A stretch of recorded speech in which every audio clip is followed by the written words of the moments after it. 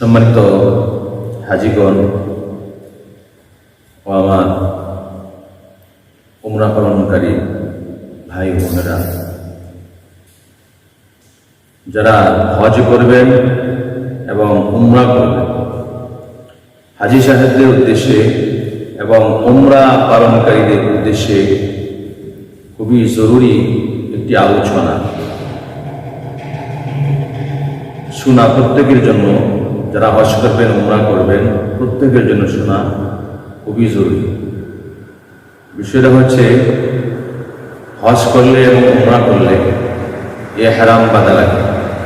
হজ করলে উমরা করলে ইহরাম বাঁধা লাগে। ইহরাম না বাঁধলে হজ হবে না, উমরাও হবে না। কারণ হজের গুরুত্বপূর্ণ ফরজ, উমরার গুরুত্বপূর্ণ ফরজ ইহরাম বাঁধা এবং ইহরামের নিষিদ্ধ কাজ থেকে বেঁচে থাকা। ইহরাম অবস্থায় নিষিদ্ধ কাজগুলি কি? হাজি সাহেবগণ, উমরা পালনকারীগণ খুব ভালোভাবে জেনে নেন। অত্যন্ত ইম্পর্টেন্ট বিষয়, অত্যন্ত গুরুত্বপূর্ণ বিষয়, যে বিষয়গুলি পালন করলে আল্লাহ তাআলা হজ কবুল করবেন, উমরাও কবুল করবেন।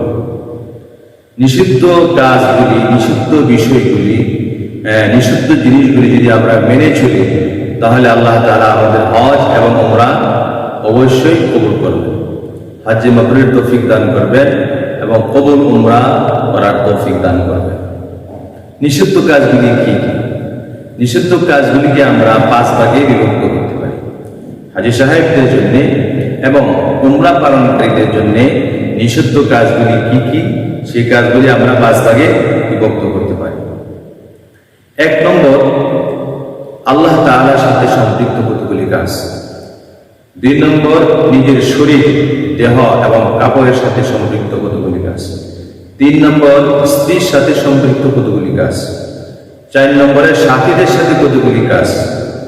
5 নম্বরে, প্রাণীদের সাথে, পশু পাখিদের সাথে কতগুলি সম্পৃক্ত কাজ। এই 5 ভাগে আমরা বিভক্ত করতে পারি। 1 নম্বরে, আল্লাহ তাআলার হুকুমের সাথে কতগুলি নিষিদ্ধ কাজ। সেটা হচ্ছে সকল প্রকার গুনাহ থেকে বেঁচে থাকা। যিনি উমরা করবেন ইহরাম বাঁধার পরে, যিনি হজ করবেন ইহরাম বাঁধার পরে, সর্বপ্রথম কাজ হলো ইহরাম বাঁধার পরে নিষিদ্ধ কাজ। যত ধরনের গুনাহ আছে সমস্ত গুনাহ থেকে বেঁচে থাকতে হবে, সমস্ত গুনাহ থেকে বেঁচে থাকতে হবে। মকবুল হজ, মকবুল উমরা হওয়ার জন্য সকল প্রকার গুনাহ থেকে বেঁচে থাকতে হবে। নবীজি সাল্লাল্লাহু আলাইহি ওয়াসাল্লাম এক হাদিসের মধ্যে বলেছেন, মান হাজ্জা লিল্লাহি ফালাম ইয়ারফুস ওয়া লাম ইয়াফসুক রাজা'a কায়াউমি ওয়ালাদাতহু উম্মুহু। নবীজি সাল্লাল্লাহু আলাইহি ওয়াসাল্লাম বলেন, কেউ যদি আল্লাহর ওয়াস্তে হজ করে, আল্লাহ তাআলার উদ্দেশ্যে, আল্লাহ তাআলাকে রাজি খুশি করার জন্য হজ করে এবং সকল প্রকার অন্যায় থেকে, অশ্লীল কাজ থেকে, অপরাধ থেকে, গুনাহ থেকে বেঁচে থাকে, আল্লাহ তাআলা তার জীবনের সমস্ত গুনাহ খাতা মাফ করে দেবেন। তো সর্বপ্রথম নিষিদ্ধ কাজ কি? সেটা হচ্ছে সকল প্রকার গুনাহ থেকে বেঁচে থাকা। সকল প্রকার গুনাহ থেকে, জবানের গুনাহ থেকে, চোখের গুনাহ থেকে, হাতের গুনাহ থেকে, পায়ের গুনাহ থেকে বেঁচে থাকা। জবানকে কন্ট্রোল করতে হবে। জবান দ্বারা এমন কোনো কথা বলা যাবে না যে কথা বললে গুনাহ হয়। চোখের দ্বারা এমন কোনো দিকে তাকানো যাবে না যে দিকে তাকালে গুনাহ হয়। মানে অপাত্রে দৃষ্টি দেওয়া যাবে না, গুনাহের কাজে গুনাহের দিকে দৃষ্টি দেওয়া যাবে না। দিলে গুনাহ হয় এমন কাজ করা যাবে না। সুতরাং সকল প্রকার গুনাহ থেকে বেঁচে থাকতে হবে। 1 নম্বর কাজ, যিনি হজ করবেন, উমরা করবেন, ইহরামকারী ব্যক্তির জন্য 1 নম্বর। 2 নম্বর, শরীরের সাথে এবং কাপড়ের সাথে সম্পৃক্ত কতগুলি নিষিদ্ধ কাজ। সেগুলি কয়েক প্রকার। 1 নম্বর, পুরুষদের জন্য, যে সমস্ত পুরুষগণ হজ করবেন, উমরা করবেন, ইহরাম বাঁধার পরে তাদের কাজ হচ্ছে চেহারা, মাথা ঢাকা যাবে না, মাথা খোলা রাখতে হবে। চেহারা ঢাকা যাবে না, পায়ের পাতা ঢাকা যাবে না। চেহারা ঢাকা নিষেধ, মাথা ঢেকে রাখা নিষেধ, পায়ের পাতা ঢেকে রাখা নিষেধ। আচ্ছা, এমন ধরনের জুতা পরিধান করতে হবে যে জুতা দ্বারাতে পায়ের পাতা যেন না ডাকে, অর্থাৎ স্যান্ডেল পরতে হবে। স্যান্ডেল শুধু ফিতাওয়ালা স্যান্ডেল, পায়ের পাতার উপর ফিতাগুলি থাকবে, পায়ের পাতা পরে অংশ ডাকবে না, স্যান্ডেল পরিধান করতে হবে। মহিলাগণ মাথা ঢেকে রাখবেন, চেহারা ঢেকে রাখবেন। মহিলাগণ মাথাও ডাকবেন, চেহারাও ডাকবেন, কারণ মহিলাগণ মাথা খোলা রাখা, চেহারা খোলা রাখা তাদের জন্য গুনাহের কাজ। তবে এখানে একটি কথা, সেটা হচ্ছে যে নেকাবটা ব্যবহার করবেন, ওই নেকাবটাতে চেহারা ডাকবেন, ওই নেকাবটা যেন, নেকাবের কাপড়টা যেন চেহারার মধ্যে না লাগে, চেহারার সাথে স্পর্শ না করে, সেদিকেই গুরুত্বপূর্ণভাবে খেয়াল করতে হবে। চেহারা ডেকে রাখবেন, চেহারার কাপড়টা, নেকাবটা চেহারার সাথে লাগানো যাবে না, দূরে রাখতে হবে। ক্যাপের উপর, যে বারান্দাওয়ালাকে এই ক্যাপের উপর ফেলে দিবেন কাপড়টা, এবং মাথা ঢাকা যাবে না। 2 নম্বর। 3 নম্বর কাজ হচ্ছে চুল কাটা যাবে না। এহরাম অবস্থায় চুল কাটা যাবে না, চুল কাটা নিষেধ, মুছ কাটা নিষেধ, নখ কাটা নিষেধ, নখ কাটা যাবে না। 3 নম্বর। 4 নম্বর হচ্ছে গোসলের সময় ইচ্ছাকৃত ভাবে শরীরের ময়লা পরিষ্কার করা যাবে না। এহরাম অবস্থায় গোসলের প্রয়োজন হলে গোসল করা যাবে, ঠান্ডা পানি ব্যবহার করা যাবে, তবে শরীর থেকে কোনো ময়লা পরিষ্কার করা যাবে না ইচ্ছাকৃত ভাবে। আচ্ছা, 5 নম্বর, কাপড় বা শরীরে কোনো প্রকার সুগন্ধি ব্যবহার করা যাবে না। কাপড়েও এবং শরীরে কোনো প্রকার সুগন্ধি ব্যবহার করা যাবে না। আতর, সেন্ট, সুগন্ধযুক্ত তেল, সুগন্ধিযুক্ত সাবান, যে সাবান আমাদের সুগন্ধিওয়ালা সাবান, স্নো পাউডার ইত্যাদি কোনো কিছু ব্যবহার করা যাবে না। যিনি হারাম পেতেছেন তার জন্য ব্যবহার করা নিষেধ।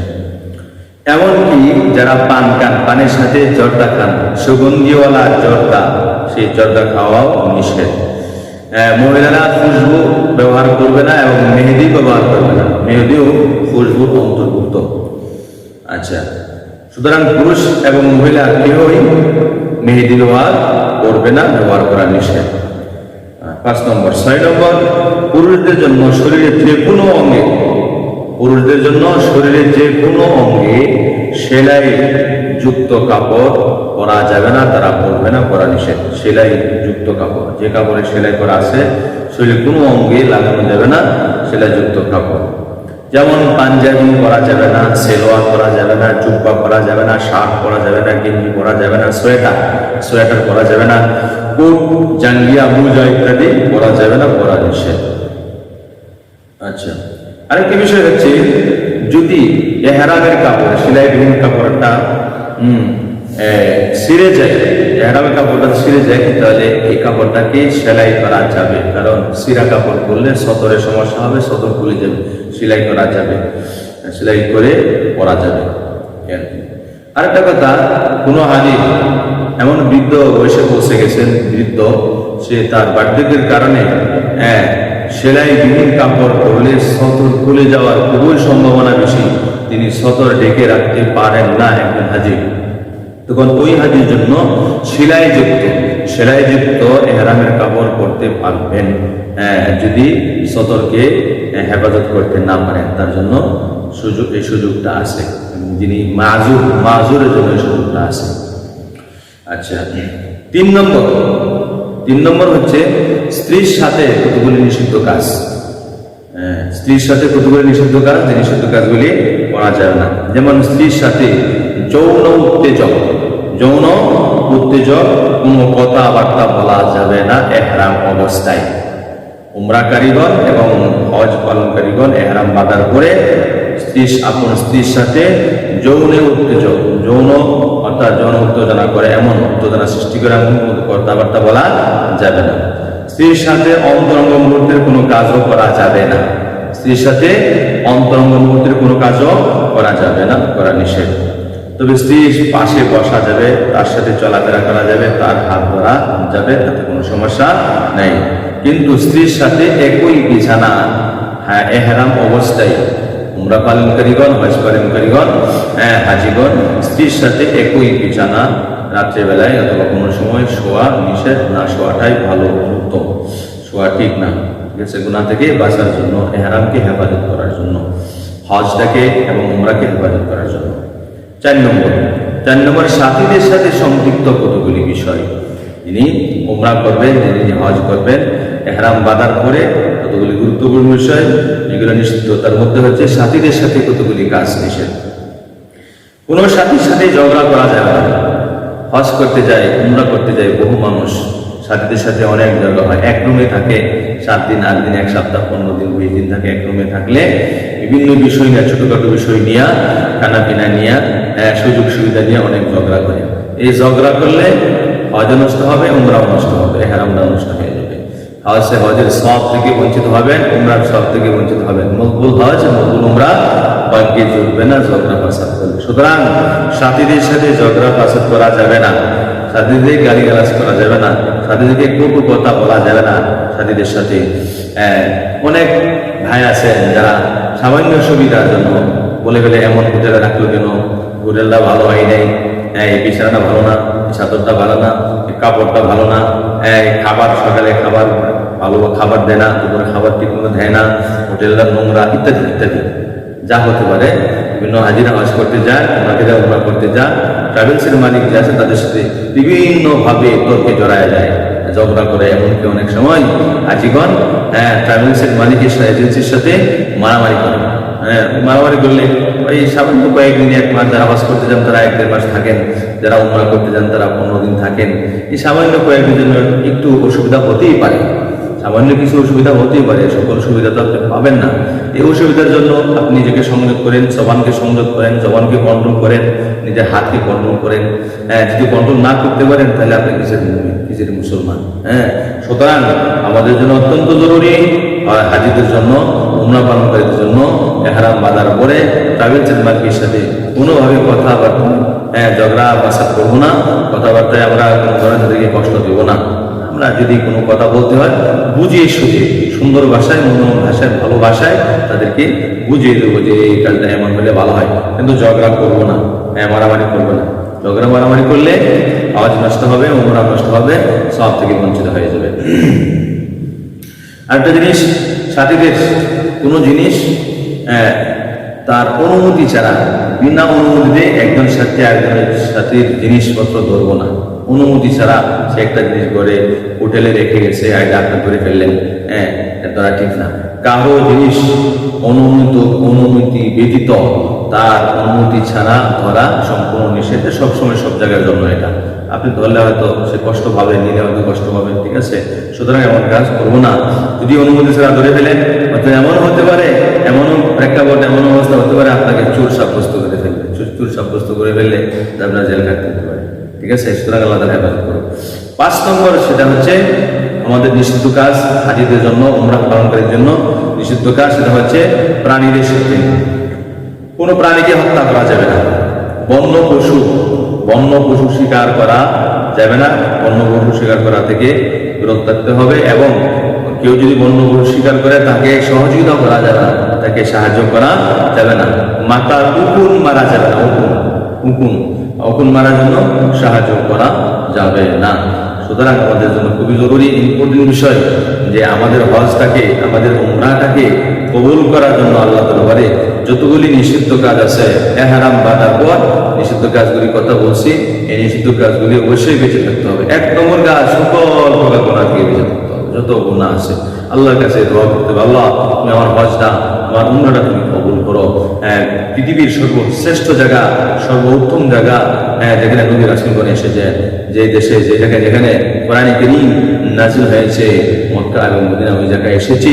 ওই জায়গায় যত ধরনের আদব আছে, যত ধরনের সম্মান আছে, ইজ্জত আছে, প্রত্যেকটা সম্মান, ইজ্জত, আদব আমি বজায় রাখবো এবং আল্লাহর কাছে দোয়া করবো। তাহলে আমার উমরা, আমার হজ আল্লাহ তাআলা কবুল করবেন। এবং ডরে এবং ভয়ে থাকতে হবে, সর্বদা আল্লাহর কাছে দোয়া করতে হবে, আল্লাহ আমার হজ আর উমরা তুমি কবুল করো। এবং ইহরাম বাঁধার পরে যত ধরনের নিষিদ্ধ কাজ আছে, সকল পুরা নিষিদ্ধ কাজ থেকে আল্লাহ তুমি আমাকে হেফাজত করো। তাহলে সহজ হয়ে যাবে ইনশাআল্লাহ। দোয়া করতে হবে, দোয়া করলেই সহজ হবে। আল্লাহ পাক আমাদের সকলকে সহিভাবে মানার এবং আমল করার তৌফিক দান করুন।